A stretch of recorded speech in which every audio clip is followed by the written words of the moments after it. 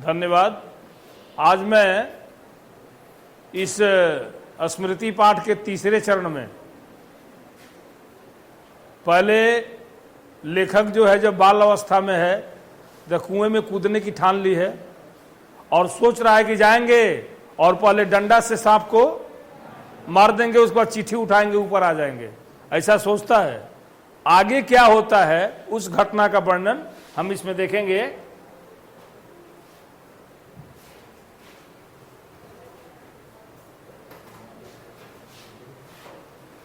कुएं के धरातल से जब 4-5 गज रहा होऊंगा, अंदर उतरने लगा, तब ध्यान से नीचे को देखा, अक्ल चकरा गई। सांप फन फैलाए धरातल से एक हाथ ऊपर उठा हुआ लहरा रहा था।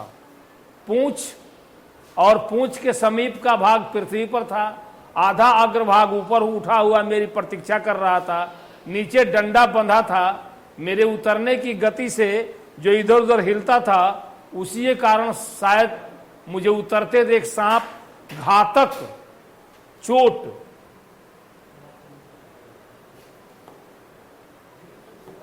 घातक शब्द है,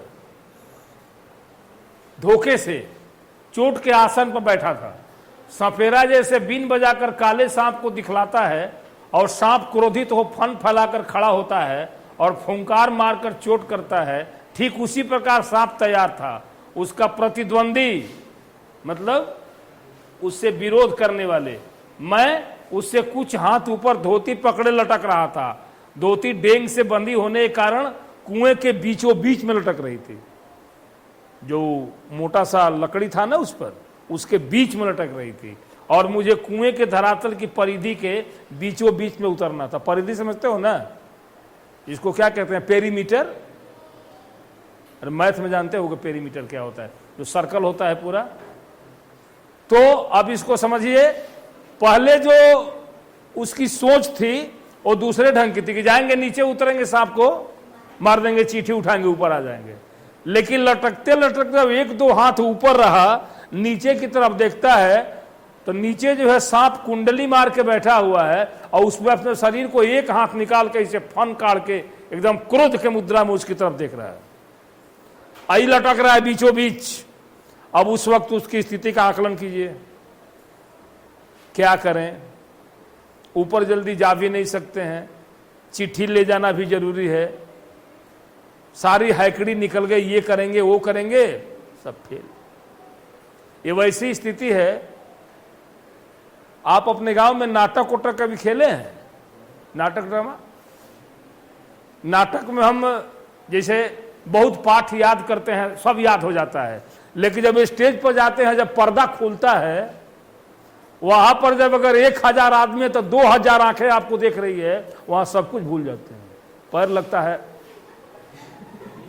ऐसे करने लगता है, सब भूल जाते हैं, धक धक करने लगता है, क्या बोले क्या नहीं बोले। वही स्थिति लेखक की हो जाती है वहां पर, जब सांप को सामने फन फराए देखता है।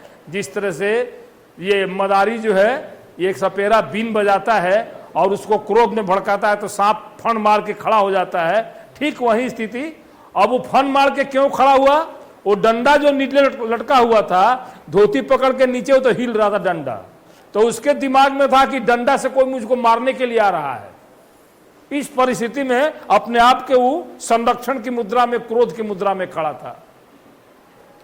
धोती डेंग से बनी थी। डेंग, डेंग समझते हो? वह लकड़ी का मोटा टुकड़ा जो कुएं के बीचों बीच में रखा जाता है, उसको डेंग बोलते हैं।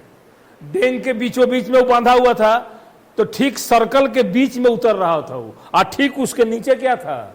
सर्प था। वैसे देख रहा है, लटका हुआ है और डंडा नीचे ऐसे ऐसे कर रहा है। सांप समझ रहा है कि हो सकता है कोई मारने के लिए आ रहा है। उसके बाद आगे देखिए क्या होता है। इसके माने थे कि सांप से 1.5-2 फुट गज नहीं दूरी पर पैर रखना, और इतनी दूरी पर सांप पैर रखते ही चोट करता, यानी 1.5-2 फीट की ऊंचाई पर लटक रहा था। अगर 1 फीट नीचे अगर जाता तो सांप तुरंत फन फैला के काट देता उसको।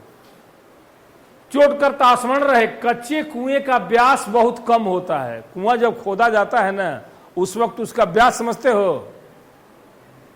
व्यास का परिभाषा को बताएगा हमको यहां। What do you mean by diameter?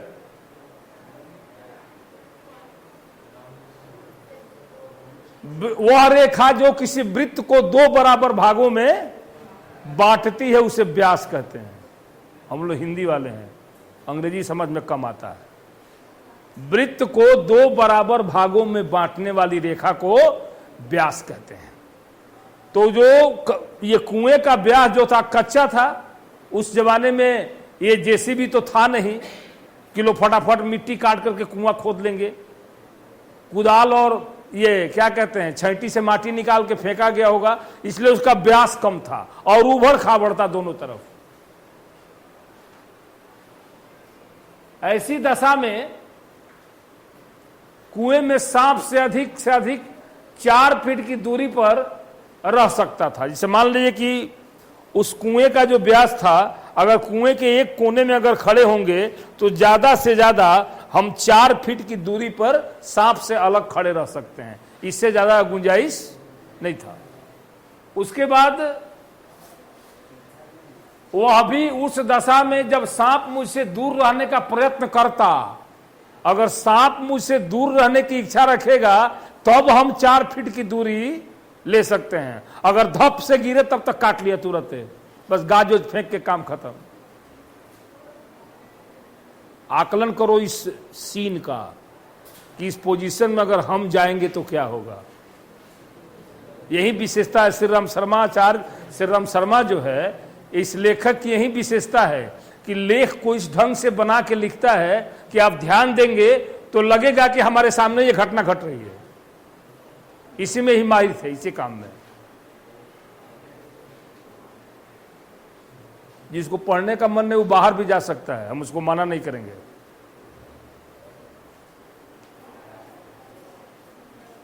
हमको समझ में नहीं आता है कि इतना खर्च होने के बावजूद तुम लोग क्या सोचते हो।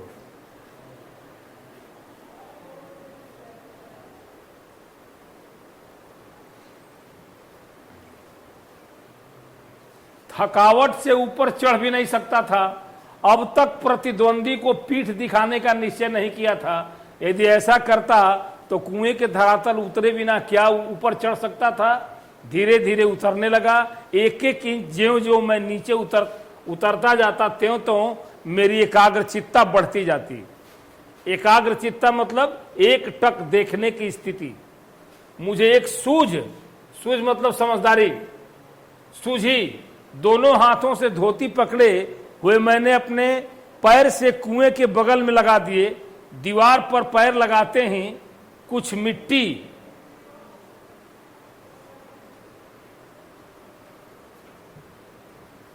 इसका मतलब क्या था कि अब एक एक इंच नीचे लगा उतरने। अब जैसे जैसे एक एक इंच उतरता था वैसे उसे एकाग्रचित्ता उसकी बढ़ती जा रही कि सांप की तरफ देख रहा है और धीरे धीरे एक एक इंच नीचे घसक रहा है। अब वहां ऊपर भी नहीं जा सकते थकावट के मारे, नीचे उतरने में कठिनाई है और चिट्ठी बगैर ले जाएंगे तो रूही की तरह धुनाई होगी। अभी पहले पढ़े हैं आप। अब लेखक जो है लास्ट में मरने की ठान लेता है। बोला कि या तो चिट्ठी लेके जाएंगे नहीं तो इसी कुएं में दफन हो जाएंगे, लेकिन बगैर चिट्ठी लिए हम जाएंगे नहीं। एक एक इंच धीरे धीरे उतरता है और सांप की तरफ देखता है और फन फैला के एकदम काटने के लिए तैयार है। नीचे गिरी और सांप ने फू करके उस पर मुंह मारा। तब तक हुआ क्या कि लटक रहा था, पैर इधर उधर, तो कुएं के बगल में पैर इस तरह से लगा तो वहां थोड़ा सा मिट्टी गिरा तो सांप का ध्यान उधर गया कि मिट्टी गिरा तो उधर लपका। तब थोड़ा सा इसको समझ में आया। क्या समझ में आया? उस पर मुंह मारा। मेरे पैर भी दीवार से हट गए और मेरी टांगे कमर से समकोण बनाते हुए लटकती रहीं। समकोण समझते हैं ना, 90 डिग्री का कोण। जैसे ये समकोण है, ये 90 डिग्री का कोण है ना। तो समकोण बनाते हुए पैर जो है लटकती रही पर इसे सांप से दूरी और कुएं की परिधि पर उतरने का ढंग मालूम हो गया। अब इसको थोड़ा सा समझ में आया कि अगर कुएं की एक दीवार का मिट्टी थोड़ा ज्यादा गिराते हैं तो हो सकता है कि सांप उसकी तरफ लपके, तब तक इधर पूरा हमको क्या मिल जाएगा, जगह मिल जाएगा और एक कोने में हम उतर जाएंगे। ऐसा वो सोचा, उसको कुछ तरीका मालूम हुआ। तनिक झूल कर मैंने अपने पैर कुएं की बगल से सटाए और कुछ धक्के के साथ अपने प्रतिद्वंदी के सम्मुख कुएं की दूसरी ओर 1.5 गज की दूरी पर कुएं के धरातल पर खड़ा हो गया। देखो बच्चा था लेकिन हिम्मत था उसके अंदर। मिट्टी गिराया, मिट्टी गिराने के बाद सर्प जब तक उधर लपका तब तक इधर कोने में लटक के झूले की तरह झूल के इधर कोने में खड़ा हो गया। उधर सर्प है, अपने कोने में खड़ा हो गया, नीचे चला गया धरातल पर, जाए खड़ा है। उधर सर्प है और इधर अपने खड़ा है। आंखें चार हुई। आंखें चार ना समझते हो?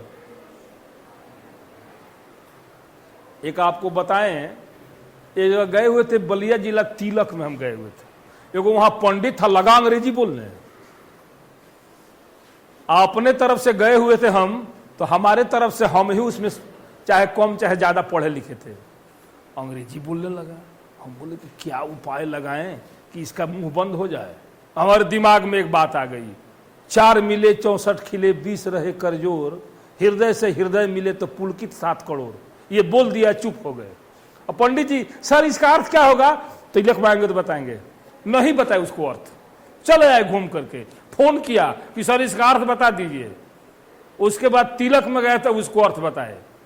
बोले कि बहुत बड़े विद्वान है, हमको तो अंग्रेजी बोलने आता नहीं था बहुत, इतना बढ़िया दोहा बोले, इसका क्या अर्थ होगा। पंडित का दिमाग चकर आ गया। और न जाने हमारे दिमाग में वो कैसे आ गया। तो इसका अर्थ मैं आपको बताता हूं, 4 मिले, आपका आंख 2 और सामने वाले का आंख 2, 64 खिले। एक आदमी के मुंह 32 दांत होता है ना, तो दोनों के चेहरे में मुस्कुराहट होती है। जब आप एक दूसरे से मिलते हो तो आंख से आंख मिलती है तो दोनों के चेहरे में मुस्कुराहट होना चाहिए। 4 मिले 64 खिले 20 रहे करजोर। आपका 10 और उसका 10, 20 हुआ दोनों हाथ से। और हृदय से हृदय मिले। मित्र जब मित्र से मिलता है तो हृदय से हृदय मिलता है तो पुलकित 7 करोड़। एक आदमी के शरीर में 3.5 करोड़ रोम होता है। तो 3.5 3.5 कितना हो गया? 7 हुआ ना, तो पुलकित 7 करोड़, यही इसका अर्थ हुआ। ये मिलने का तरीका हुआ। तो उसी तरह से इसकी आंखें जो है 4 हुई। किससे? सर्प से। सर्प की 2 आंख और इसका 2 आंख, दोनों से उसकी तरफ देख रहा है। तो भाई डर है बराबर, मौत जो है सामने नाच रही है। कहीं उछल के काट लिया तो भाग भी नहीं सकते हैं, कुएं में कहां भागेंगे। इसलिए बराबर उसकी तरफ देख रहा है, एकदम एक टक निगाह से। आंखें 4। शायद एक दूसरे को पहचाना।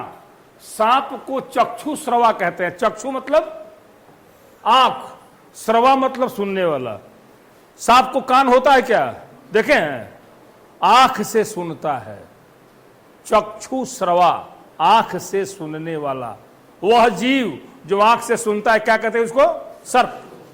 सर्प आंख से, देखो आंख से सुनने का मतलब हुआ कि वो तरंग को पहचानता है, पैर की धमस को पहचानता है। दूर से कोई आता है, कुछ दूरी पर ही उसको पता चले कोई आ रहा है तो अपना जगह ले लेता है, भाग जाता है तुरंत। कंपन जो होती है ना, उसको ज्यादा पकड़ता है। जैसे कुत्ते में सूंघने की शक्ति बहुत होती है। किसी क्रिमिनल का चप्पल वगैरह छूट जाता है, उसके आधार पर कुत्ता आता है तो जहां जहां वो चप्पल जो पहना होता है, अगर एक चप्पल उसके घर में है तो वहां वो पहुंच जाता है सूंघ करके। स्मेलिंग पावर होता है कुत्ते के अंदर। उसी तरह से सर्प के अंदर भी ये स्पंदन पावर होता है। स्पंदन जिसको तरंग कहते हैं, शरीर में होता है ना, उसको समझने की शक्ति होती है। इसलिए उसको कहते हैं चक्षु श्रवा। मैं स्वयं चक्षु श्रवा हो रहा था, मैं भी चक्षु श्रवा बन गया था। कान तो था लेकिन आंख उस पर लगाया था। इस तरह से आंख को, कान को आंख बना लिया था, सांप को बराबर देख रहा था। इसलिए मैं भी चक्षु श्रवा हो रहा था। अन्य इंद्रियों, इंद्रियां मतलब 5 गो कर्म इंद्रिय और 5 गो ज्ञान इंद्रिय हमारे शरीर में है। कर्म इंद्रिय कौन कौन है? हाथ पैर, कान नहीं, कान नहीं, हाथ पैर, मुंह और गुदालिंग, ये 5 कर्म इंद्रिय है। 5 को ज्ञान इंद्रिय, कान, नाक, जीभ, उसके बाद आंख और चमड़ा, ये स्किन, ये 5 को ज्ञान इंद्रिय है। यही 10 इंद्रियां होती है शरीर के अंदर। तो उसमें ये अन्य इंद्रियां मानो सहानुभूति से अपना शक्ति आंखों को दे दी है। पूरे 10 इंद्रिय को आंख बना के, 9 इंद्रिय को आंख बना के सर की तरफ देख रहा था। हम कभी कभी बोलते हैं कि आप क्लास में बैठते हैं तो अपने 9 इंद्रिय को कान बना लो, सुनने की शक्ति को ज्यादा एकत्रित करो टीचर की बात। तो उसी तरह से सांप के फन की ओर मेरी आंखें लगी हुई थी कि वह कब किस वो आक्रमण करता है। सांप ने मोहिनी सी डाल दी थी, शायद वह मेरे आक्रमण की प्रतीक्षा में था और विचार और आशा लेकर मैंने कुएं में घुसने की ठानी थी। वह तो आकाश कुसुम था। मैंने कहने का मतलब यह था कि ये लेखक सोच रहा है कि सर्प मुझ पर पहले आक्रमण करेगा, और सर्प कहता है, सर्प सोचता है कि नहीं, पहले ये मुझ पर आक्रमण करेगा तब मैं इसको काटूंगा। इस तरह की बात है। अब इसको मौका मिल गया, यह आक्रमण करना नहीं चाहता। यहां पर लिखा है आकाश कुसुम। कुएं में जो घुसने की ठानी थी तो क्या सोचा था कि जाते जाते सर्प को मार देंगे। तो यह आकाश कुसुम था, आकाश का फूल था, यह होने वाला नहीं था। आकाश का कुसुम होना यानी असंभव कार्य होना। आकाश कुसुम मनुष्य का अनुमान और भावी योजनाएं कभी कभी कितनी मिथ्या, मिथ्या मतलब झूठा, उल्टी मतलब विपरीत निकलती है। मुझे सांप का साक्षात होते ही अपनी योजना और आशा की असंभवता प्रतीत हो गई। मैंने कहने का मतलब कि योजना बनाया था क्या, और यहां कुएं में घुसने के बाद हो गया उल्टा। सोचा था कि जाएंगे सर्प को मार के चिट्ठी लेके आ जाएंगे, या आने के बाद तो सर्प की तरफ देखने के अलावा डंडा चलाने की हिम्मत नहीं हो रही है। डंडा चलाने के लिए स्थान ही न था। लाठी या डंडा चलाने के लिए काफी स्थान चाहिए जिसमें वो घुमाए जा सके। सांप को डंडे से दबाया जा सकता था, पर ऐसा करना मानो तोप के मुहरे पर खड़ा होना था। यदि फन या उसके समीप का भाग न दबा तो फिर वह पलट कर जरूर काटता, और फन के पास दबाने की कोई संभावना भी होती तो फिर उसके पास पड़ी हुई 2 चिट्ठियों को कैसे उठाता। दोनों चिट्ठियां उसके पास सटी हुई पड़ी थी और एक मेरी ओर थी। मैं तो चिट्ठियां लेने उतरा था। हम दोनों अपने पैतरे पर डटे थे। उस समय आसन पर खड़े खड़े मुझे 4-5 मिनट हो गए। दोनों ओर से मोर्चे पड़े हुए थे, पर मेरा मोर्चा कमजोर था। अब वहां जब नीचे उतरता है तो लाठी डंडा चलाने के लिए भी जगह चाहिए। मान ले कि डंडा ऐसे मारने के लिए तो डंडा उधर जो है कुएं के ये दीवार में सट गया तो नहीं लगेगा। जगह चाहिए, पैंतरा बदलने के लिए जगह चाहिए, भागने के लिए जगह चाहिए। दूसरी बात सोचता है कि डंडे से उसका ये सिर जो है दबा दे। अब अगर सिर दबाने जाते हैं, सिर छोड़ के बगल का भाग अगर दब गया तो तुरंत घूम करके काट लेगा। सांप का शरीर बहुत चिकना होता है, इतना चिकना होता है कि तुरंत पैंतरा बदल के वो कहीं से निकल जाता है। पतले से पतले बिल में घुस जाता है सर्प। अपना घर होता है, सर्प का अपना घर होता है क्या? वो दूसरे घर में रहता है, किसी बिल में घुस जाएगा। अपना घर नहीं बनाता है सर्प। तो इस तरह से ये दबाने की जो बात थी वो तोप के मुंह पर खड़े होने जैसी थी। दबाएंगे, अगर इधर उधर दब गया तो जरूर काटेगा। और आप ध्यान देंगे कभी भी आप देखेंगे, आप सर्प किसी को दौड़ के नहीं काटता है। कभी देखें ऐसा कि यहां पर आप खड़े हैं, उधर से सर्प आया, आपको दौड़ के काट लिया? जब उस पर पैर पड़ेगा, जब उसको हम परेशान करेंगे तभी वो काटता है, ऐसे नहीं काटता। न कि वो घर में सर्प निकल जाए, जितना लाठी डंटा होगा ना 10-20 गो, ऐसे मारो, ऐसे मारो, ऐसे मारो, पूरा जैसे लगता है कि शेर आया हुआ है। वो बेचारा सर्प है, एक कोने में छिपा हुआ है, जगह मिलेगा तो वो निकल जाएगा। हम इंसान उससे भी गए गुजरे हैं। काल है, काट लेगा, तुम्हारा काल है, तुम्हारे काटने के लिए आया हुआ है। वो तो पानी है, कहीं से चढ़ के आ गया, चढ़ के आ गया, तुम ही काटे, कोई जरूरी है कि तुम ही काटेगा। लेकिन फिर भी हम छोड़ते हैं, उसका माथा कूच कूच के मारते, कूच दो, फेंक दो। एक आदमी नहीं, 10 आदमी, एक वो सर्प को मारने के लिए 10 आदमी आते हैं। ऐसा दशा, उसकी कोई गलती नहीं है। गलती यही है कि आपके घर में आ गया है, फिर भी हम उसको छोड़ते हैं, मार देते हैं। तो उसी तरह से सर्प जो है पड़ा हुआ है। यहां पर चिट्ठियां जो थी, एक चिट्ठी तो थोड़ा दूरी पर थी, लेकिन 2 चिट्ठी जो है सर्प के कुंडली से सटी हुई थी उसके बगल में। वहां से कैसे उठाएं, ये समस्या थी। हम दोनों पैंतरे बदल रहे हैं, हम धीरे धीरे इधर हो रहे हैं, तो सर्प भी धीरे धीरे अपना पैंतरा बदल के उधर हो रहा है। एकदम एक दूसरे से मोर्चा पर डटे हुए हैं कि वो सोचता है कि ये पहले मारेगा, हम सोचते हैं कि ये पहले हम पर आक्रमण करेगा। ये दोनों एक दूसरे से क्या कर रहे हैं, आक्रमण की ताक में हैं। वो तो गनीमत कहो कि सर्प सोच रहा है कि हम आक्रमण पहले नहीं करेंगे, नहीं तो कुएं में जैसे कूदा तब तक अगर कूद जाता, काट देता तो खत्म। इस तरह से 5 मिनट, 4-5 मिनट हो गए दोनों तरफ से मोर्चे में। हमारा मोर्चा कमजोर था, इसलिए कमजोर था कि सांप मुझ पर झपट पड़ता तो मैं यदि बहुत करता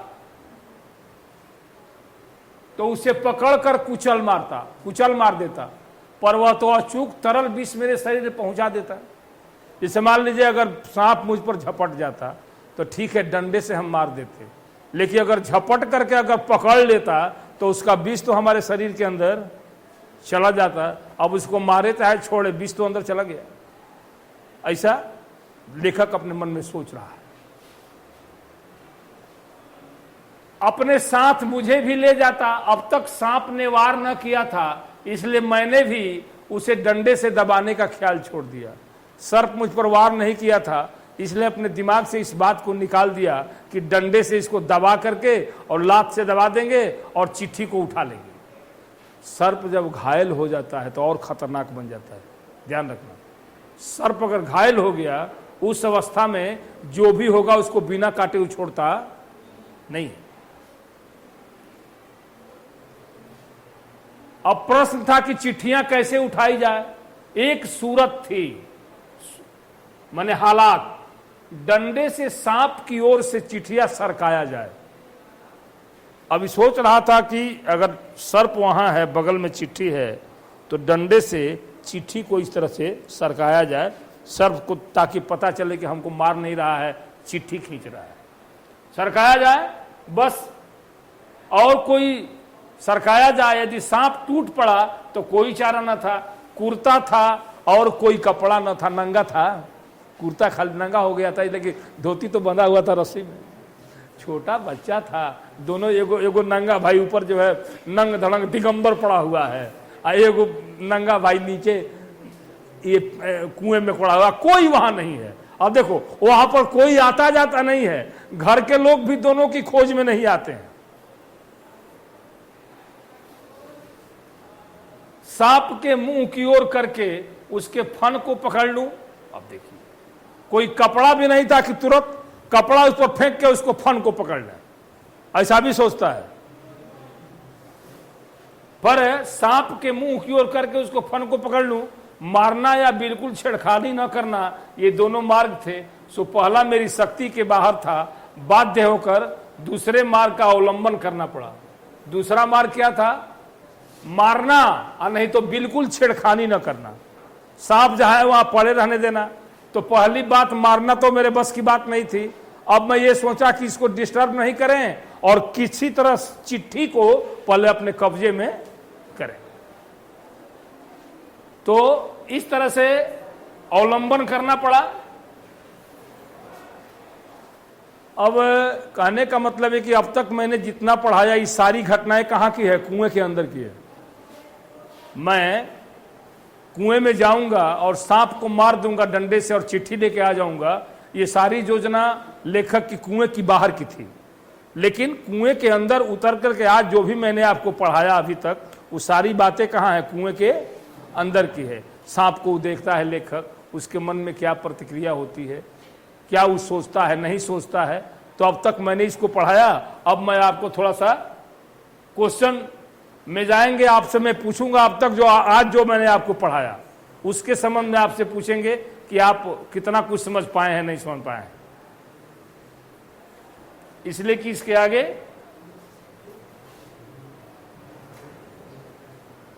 चलिए आपसे पूछते हैं हम। चलो पीछे से आओ, चलिए आइए यहां।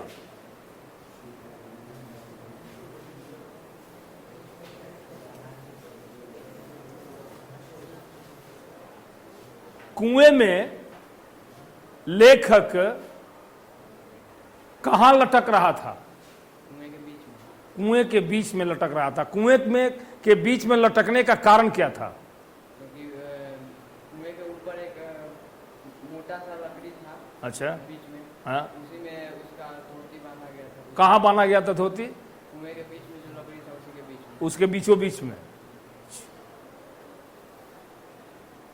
चलिए ठीक है। दूसरा, आइए आप पीछे पीछे पीछे पीछे चलो तुम।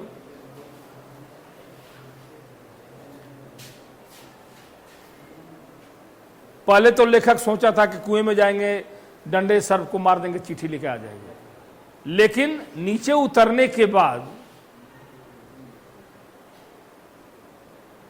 शरीर में, ये लेखक के शरीर में कौन सी एक्टिविटी हुई, प्रतिक्रिया हुई, जिसके चलते लेखक को एक तरीका दिमाग में आया कि इस तरीके से कुएं में उतरा जा सकता है। कौन सी प्रतिक्रिया हुई? तो जब कुएं में गया तो हाँ? उसका शरीर कांपने लगा था। हाँ, उसका शरीर कांपा तो सर कुआं। कुएं के बगल में से मिट्टी गिरा। हाँ, फिर सांप उस तरफ दौड़ा ना, हाँ, फिर देख के समझा कि उधर मिट्टी गिराएगा, जहाँ जहाँ गिरा है वहाँ सांप जा रहा है। हाँ, उधर जाएगा तो चिट्ठी निकालेंगे। उधर जाएगा तो चिट्ठी। दांत दिखाओ तो अपना। जाओ।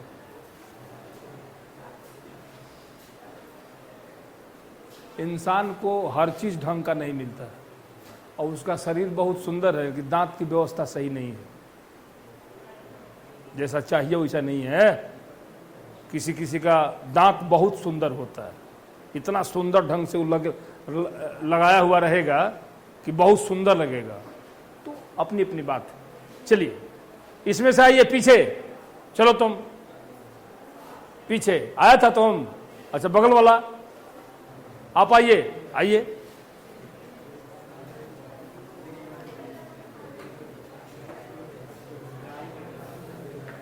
Keep silent. अच्छा, कुआं कितना गहरा था बताओ? 24 हाथ। 24 हाथ है। 24 हाथ का मतलब हुआ एक हाथ में 1.5 फीट होता है, तो 24 डेढ़ कितना होगा?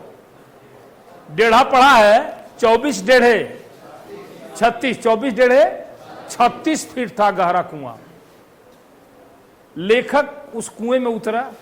उतरने के बाद उस कुएं में सर्प और लेखक के नीचे उतरने का कितना दूरी था? बीच में कुएं में कितना दूरी था सर्प से और लेखक के पैर की दूरी बताइए?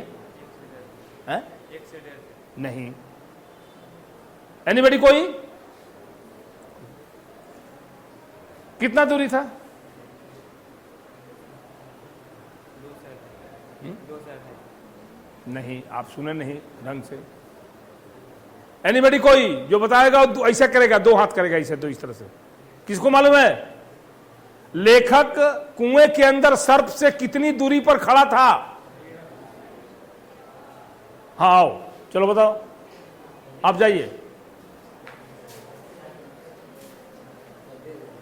1.5 गज। 1.5 गज चल सकता है। 1 गज में 3 फीट होता है ना? हाँ, 3 या 4 फीट की दूरी पर था। Thank you. चलिए 4 फीट की दूरी पर था।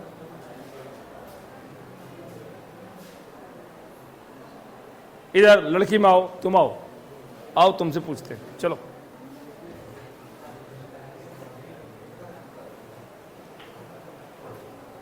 इस कहानी के लेखक कौन है?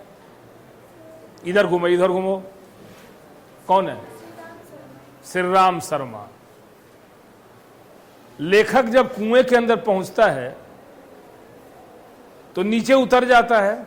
नीचे उतरने के बाद चिट्ठी तो सर्प के नजदीक है, तो फिर चिट्ठी प्राप्त करने के लिए अपने मन में क्या क्या सोचता है, कैसे चिट्ठी प्राप्त करें? वो सोचता है कि सांप को पहले डंडे से पकड़ के और उसके शरीर को कुचल देगा। हाँ।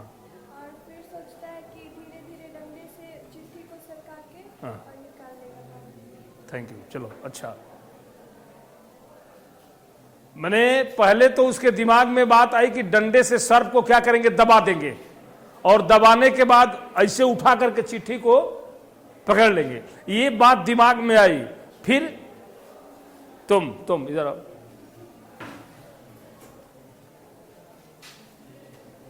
जैसा सोचा वैसा किया क्या? आगे बढ़ो, इधर आओ, ऐसे घूमो, इधर दिखाई दो, चेहरा उसमें आना चाहिए। हाँ बोलिए, क्या किया? फिर किया क्या? वो क्या सोचा, क्या करें?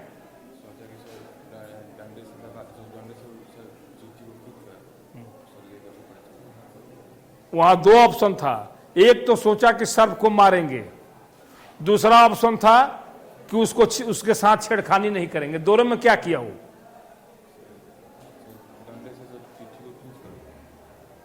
नहीं, डंडे से खींचने वाली तो ये बात ही नहीं हुई है।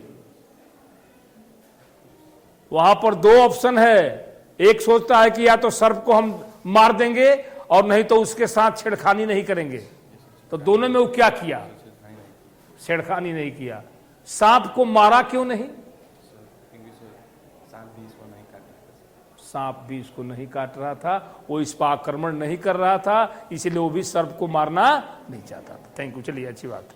तुम आओ।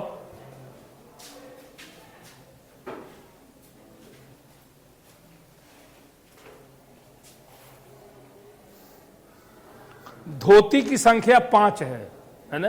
5 धोती कौन कौन है? इधर इसे ऐसे थोड़ा सा उधर। हाँ। दोनों भाई का धोती। कौन धोती? एक जो मतलब छोटा भाई पहना था, आए गो बड़ा, हाँ, दो गो हुआ। दोनों मतलब अपने कान में बांधे थे। तो 2 और 2 4 हो गया। हाँ। और एक में मम्मी उसको चना भुंजवाने के लिए दी थी। हाँ। वो 5 धोती हो गया। ठीक, थैंक यू। अच्छा, अब देखिए, आप इस बात को ध्यान दिए। सर हमको इंस्ट्रक्शन दिए हैं कि इस बार क्वेश्चन आपका MCQ हो सकता है ना?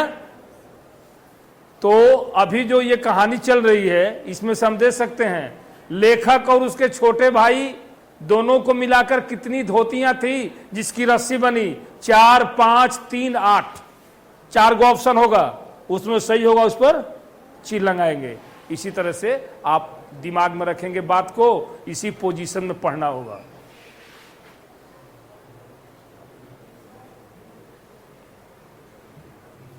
थैंक यू, धन्यवाद।